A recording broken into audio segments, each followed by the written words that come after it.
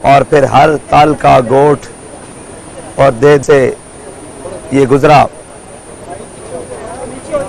اور لوگوں نے اور جس الفت کا اظہار کیا اس سے یہ نظر آ رہا ہے کہ پاکستان کی قوم ملتان کی عوام نے تحریک لبیک پاکستان کے اس مارچ کو خوش آمدید کہا اور ایک تاریخ رقم کی، اور جس کا مختصر سفر جو تقریباً بہاولپور چوک سے گھنٹہ گھر چوک تک تھا وہ 4 گھنٹوں میں تھا، اور عوام نے یہ بتایا ہر رنگین نعرے والوں سے اور ہر رنگین دعوے والوں سے بیزار ہو چکے ہیں۔ استحکام کی طرف ہے اور معاشیت میں استحکام آپ کے سامنے ہے۔ ہم آج بھی IMF کے دروازے پر کھڑے ہیں اور اب بیرونی سازشوں کے درپے پر پاکستان کو مذہبی عدم استحکام کی طرف بھی لایا جا رہا ہے۔ تو اس ساری چیزوں کو روکنے کے لیے تحریک لبیک پاکستان نے یہ پاکستان بچاؤ مارچ کیا ہے، اور اس وقت پاکستان جو اپنی 76 سالہ عمر پوری کرنے کو ہے، اور پاکستان آج بھی ان نااہل حکمرانوں اور ان نااہل کرپٹ ٹولوں کی وجہ سے اور ان جھوٹے دعوے داروں کی وجہ سے آج کے دن بھی IMF کے دروازے پر کھڑا ہے۔ پاکستان کے اندر بجٹ پیش ہونے کو ہے، اور جو پاکستانی معیشت کے ساتھ کھلواڑ کیا جا رہا ہے، اور جو لوگ باہر سے منگوا کر پاکستان کے اندر کہا جا رہا ہے کہ یہ آئیں گے تو معیشت درست ہوگی۔ مفتاح اسماعیل صاحب کو اتارا گیا اور پھر کہا گیا کہ جناب اسحاق ڈار صاحب آئیں گے تو ڈالر نیچے آ جائے گا۔ جب وہ آئے تو ڈالر 300 سے بھی اوپر اڑان بھر گیا، اور الحمدللہ تحریک لبیک پاکستان نے جب یہ مارچ کا اعلان کیا ہے تب سے ہر چیز کی قیمتیں نیچے آنا شروع ہو گئی ہیں۔ گھی بھی سستا ہو گیا ہے، پیٹرول کی بھی کچھ قیمت نیچے آئی ہے، LPG کی بھی نیچے آئی ہے، اور ڈالر بھی تھوڑا سا نیچے گیا ہے۔ لیکن ہم یہ کہتے ہیں کہ یہ مصنوعی قلت نہیں، یہ مصنوعی بحران نہیں ڈالنا، قوم کو حقیقی ریلیف دلوانا ہے، اور انشاءاللہ دلوائیں گے۔ عالمی منڈی میں پیٹرول کی قیمتیں مسلسل گرنے کے باوجود پاکستان میں پیٹرول کی قیمت کو کم نہیں کیا جا رہا، اور لیویز کے نام پر اس ٹائم قوم سے تقریباً پر لیٹر جو ہے وہ 50 روپے سے بھی اوپر کمائی کی جا رہی ہے۔ اور جب ہم لاہور سے نکلنے لگے ایک پریس کانفرنس سے ایک دن پہلے، تو ہم سے پاکستان کے اندر 2 نظام چل رہے ہیں، ایک ہے حکومتی نظام، اور اس کے پیرلل ساتھ جو اس سے بھی زیادہ مضبوط ہے وہ مافیاز ہیں۔ پاکستان کے اندر جو مافیاز ہیں انہوں نے رابطہ کیا کہ آپ پیٹرول کے در پہ کیوں ہیں، آپ کیوں اس کو سستا کروانا چاہتے ہیں، آپ ہمیں اپنے اکاؤنٹس دیں، آپ ہمیں خفیہ اکاؤنٹس دیں، اومنی سٹائل کے اکاؤنٹس دیں، ہم 5 روپے پر لیٹر آپ کے اکاؤنٹس میں ڈیلی آپ کو کمیشن بھیجتے ہیں، اور آپ بھی خاموشی سے بیٹھیں اور ہم بھی خاموشی سے بیٹھیں۔ تو میں بڑا حیران ہوا کہ یہ کون سے لوگ ہیں، وہ حکومت سے ہٹ کر جو مافیاز جو اس وقت حکومت سے بھی زیادہ مضبوط ہیں، بلکہ اس ریاست میں سب سے زیادہ جو لوگ مضبوط ہیں وہ مافیاز ہیں، وہ لینڈ مافیاز ہوں، وہ پیٹرولیم کے اندر مافیاز ہوں، وہ جناب تھانہ کلچر کے مافیاز ہوں، وہ پٹوار خانے کے مافیاز ہوں، وہ جناب واٹر ٹینکر کے مافیاز ہوں۔ اس وقت پاکستان کو مختلف جہتوں سے گھیر رکھا ہے، جہاں سے جس کا بس چلتا ہے سیاستدانوں کا چلتا ہے، سیاستدانوں نے گھیر رکھا ہے، جہاں سے مافیاز کا بس چلتا ہے مافیاز نے گھیر رکھا ہے۔ پاکستان کے اندر بیک وقت اتنے بحران چل رہے ہیں کہ اس وقت قوم کو، اور کہتے ہیں الیکشن، ہم الیکشن کے حامی ہیں، آئین کے مطابق حامی ہیں، لیکن ہماری یہ التجا ہے کہ الیکشن تک اس قوم کو زندہ تو رکھا جائے۔ آج رات گزشتہ رات جو خبر آئی ہے تقریباً 45.7% گیس کی قیمتوں کو بڑھایا جا رہا ہے، تقریباً 400% وہ بنتا ہے، 400% جی 50% بڑھا دیا ہے، 50% جو گیس کی قیمتوں کو بڑھایا جا رہا ہے۔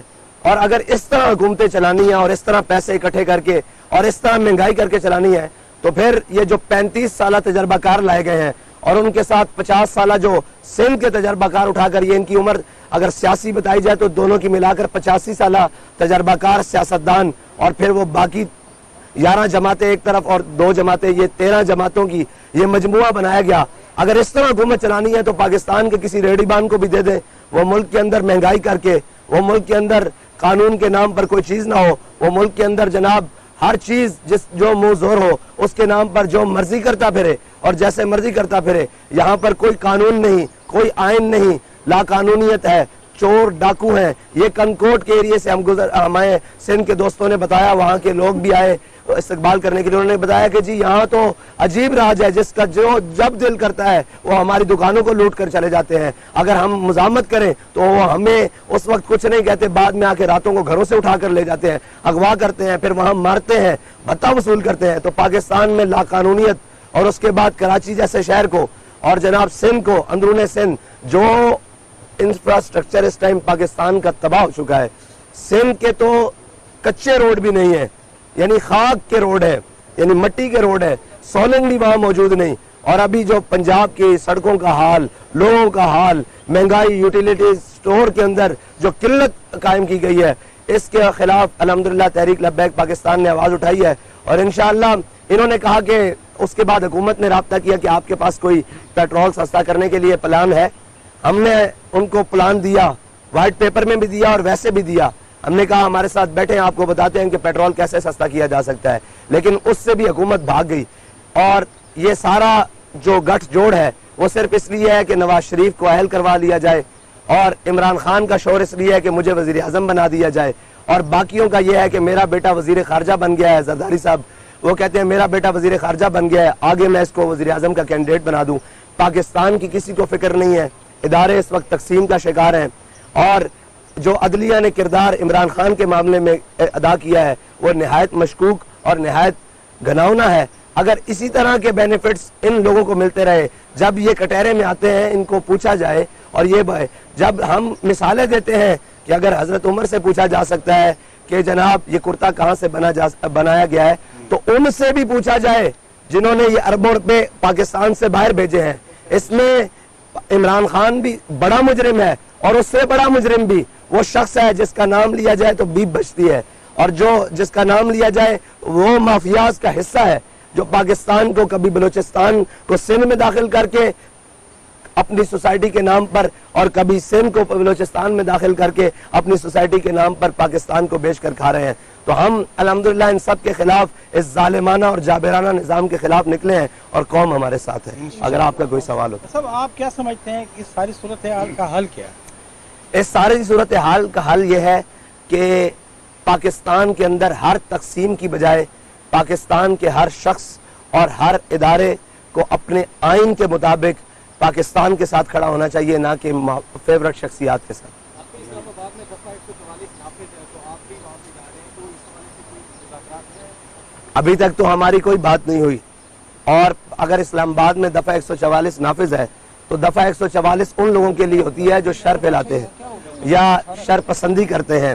الحمدللہ ہم کراچی سے چلے ہیں، سندھ، اندرون سندھ، اور آج ملتان کی سرزمین پہ ہیں. نہ ایک پتا ٹوٹا ہے، نہ کسی کو کوئی جناب ہم سے تکلیف ہوئی ہے، بلکہ فصلیں آم کی پکی ہوئی، باغات پکے ہوئے، ہمارے کارکنان گزر کے آئے ہیں، دکانیں ریڑی بان اپنی ریڑیاں فروٹ لگائے ہوئے ہم گزر کے آئے ہیں. کوئی ایک شخص بھی یہ شکایت نہیں کر سکتا کہ یہاں ان لوگوں نے ہمیں کہیں تکلیف پہنچائی ہے. آپ یہ دیکھتے ہیں کہ الیکشن کب تک ہو رہے ہیں؟ ہاں، یہ بہت بڑا سوال ہے کہ الیکشن کب تک ہو رہے ہیں. جب اسمبلیاں تحلیل ہو جائیں گی، اور اگر الیکشن اپنے وقت پر نہ ہوئے تو پھر انشاءاللہ ہم الیکشن کراؤ مارچ کریں گے انشاءاللہ. اچھا، الیکشن کے حوالے سے آپ کی کیا تیاری ہے؟ دیکھیں، الیکشن جب آئے گا تو ہم انشاءاللہ تیار ہیں. اگر اپنے وقت پر ہوا تو انشاءاللہ مکمل تیار ہے. مکمل تیاری کے علاوہ ایک تاثر یہ بھی ہے کہ آپ صرف اس جماعت کو صرف علماء تک محدود رکھے ہوئے ہیں. کیا دو سوال ہیں میرے. پہلی بات تو یہ ہے کہ آج کل جوڑ توڑ کا بڑا دور ہے اور لوگ مختلف جماعتوں میں شامل ہو رہے ہیں، تو کیا جو لوگ تحریک لبیک کا نعرہ لگائیں وہ آپ کی جماعت میں آ سکتے ہیں؟ اور دوسرا، آپ کا کرائٹیریا کیا ہوگا کہ آپ کس قسم کے لوگوں کو شامل کریں گے؟ دیکھیں، آپ نے جو بات کی یہ تحریک علماء کی بھی ہے، صلحاء کی بھی ہے، مشائخ کی بھی ہے، عوام کی بھی ہے، وکلاء کی بھی ہے، ہر طبقہ ہائے فکر سے تعلق رکھنے والے شخص کی ہے. یہ میرے دائیں بائیں کھڑے ہیں، یہ علماء نہیں ہے، یہ وکلاء ہے، پیچھے یہ جناب تاجر برادری ہے، ہر شخص کے لیے ہے. اور وہ کہتے ہیں نا کہ صلاح عام ہے یارانہ نکتہ دان کے لیے. تو ہم اور دوسری بات یہ آپ نے کہا کہ کوئی تحریک لبیک میں آنا چاہیے. ہم کردار کو پریورٹی دیتے ہیں اور ہم کسی بھی مال یا اس کے جا یا اس کے خاندان کو پریورٹی نہیں دیتے.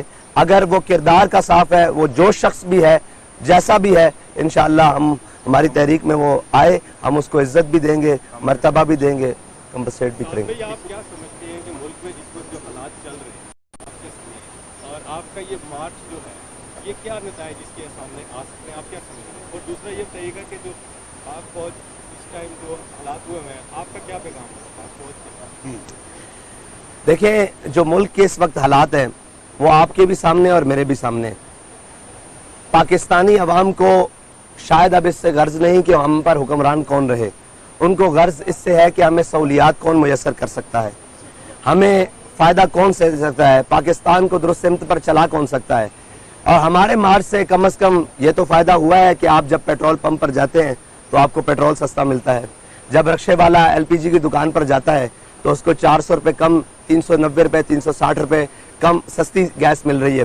اور ہمارے سے یہ تو ہوا ہے کہ کوئی غریب دکان پر جاتا ہے تو اس کو گھی سستا ملتا ہے. ابھی ہم ملتان تک پہنچے ہیں, اسلام آباد تک جائیں گے تو انشاءاللہ آٹا بھی سستا ہوگا, چینی بھی سستی ہوگی, بہت ساری چیزیں. اور آپ نے فوج کے حوالے سے بات کی ہے تو دیکھیں جی, فوج ہمارا فخر ہے, ہر لحاظ سے فخر ہے.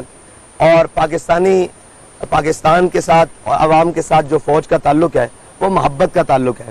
رہی بات سیاست میں اور رہی بات ان معاملات کی, تو دیکھیں ہم نے بھی بہت سارے اس ملک میں 5 کریک ڈاؤنز کا سامنا کیا ہے, ہماری شہادتیں بھی ہوئی ہیں, لیکن ہمیں اپنے اور بیگانے کی تمیز رہی ہے.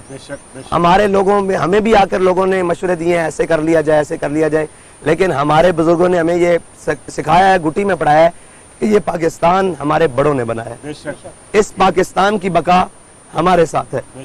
میں آپ کو گارنٹی سے کہتا ہوں کہ یہاں سے جو شخص ریٹائرڈ ہو کے جاتا ہے اس کی لندن, آسٹریلیا, وہاں جا کے بیلجیم جا کے بریک لگتی ہے.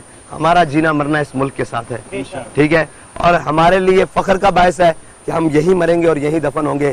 نہ ہمارے کاروبار باہر ہیں, نہ بچے باہر ہیں, نہ تعلیم باہر ہے, نہ صحت باہر ہے. پاک فوج کی تنصیبات کو نقصان پہنچانے والوں کے خلاف جو کارروائی ہو رہی ہے, آپ اس کو کس نظر سے دیکھتے ہیں اور آپ کیا سمجھتے ہیں کہ یہ کارروائی ہونی چاہیے یا نہیں؟ دیکھیں, اس میں ہماری رائے یہ ہے کہ جنہوں نے بھی ایسے قوم کو ابھارا اور قوم کو آگے لے کر گئے, ان ذمہ داران کے خلاف کارروائی ہونی چاہیے.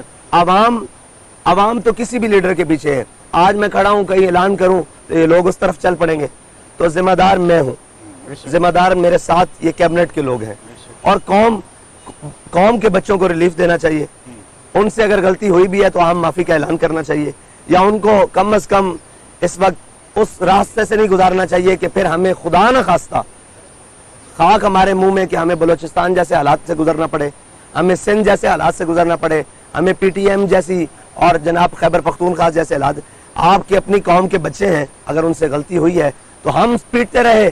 جب ناموس رسالت کی بات آئی تو کہا جاتا رہا حضور نے سب کو معاف کیا. تو آج ہم بھی کہتے ہیں کہ آپ قوم کے بچوں کو معاف کریں. جو ذمہ داران ہیں ان کو ضرور کٹہرے میں لائیں, ان کو جناب قانون کی گرفت میں لائیں, ان کو سامنے کھڑا کریں, جو ان کا جرم بنتا ہے ان کو سزا دیں.